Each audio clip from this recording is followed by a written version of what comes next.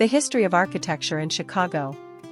Chicago, known as the Windy City, has a rich history of architecture that spans over 2 centuries. From the Great Fire of 1871 to the present day, Chicago has been at the forefront of architectural innovation, experimentation, and style. This article will explore the history of architecture in Chicago, highlighting key events, styles, and buildings that have shaped the city's iconic skyline. Early years, 1830s–1871. During the early years of Chicago's history, the city's architecture was characterized by simple, functional buildings made of wood and brick.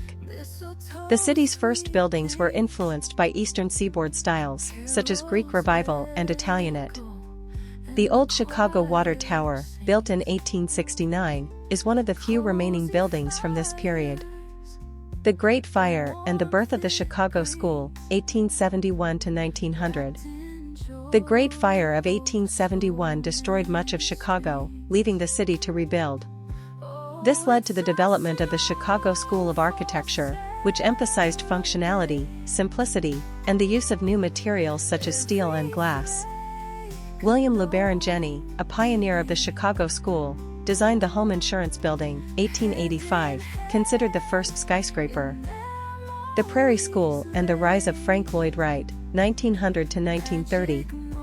The early 20th century saw the emergence of the Prairie School, a style characterized by horizontal lines, low-pitched roofs, and open floor plans. Frank Lloyd Wright, a prominent figure in the Prairie School, designed iconic buildings such as the Robie House, 1910, and the Westcott House, 1908. International style and the post-war era, 1930 to 1970. The international style, popularized by architects such as Ludwig Mies van der Rohe and Walter Gropius, dominated Chicago's architecture in the mid-20th century. The Willis Tower, formerly the Sears Tower, completed in 1974, is a notable example of this style. Postmodernism and contemporary architecture, 1970-present. The 1970s and 1980s saw a reaction against modernism, with the emergence of postmodernism. Architects such as Helmut John and James Nagle incorporated historical references and playful ornamentation into their designs.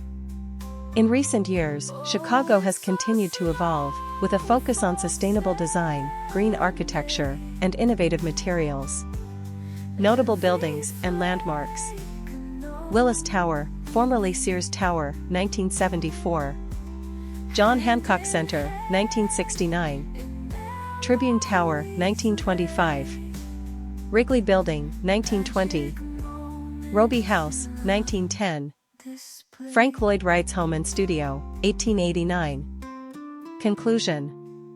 The history of architecture in Chicago is a rich and diverse one, reflecting the city's growth, innovation, and cultural exchange. From the early years of simple, functional buildings to the present-day sleek, sustainable designs, Chicago's architecture has played a significant role in shaping the city's identity and skyline.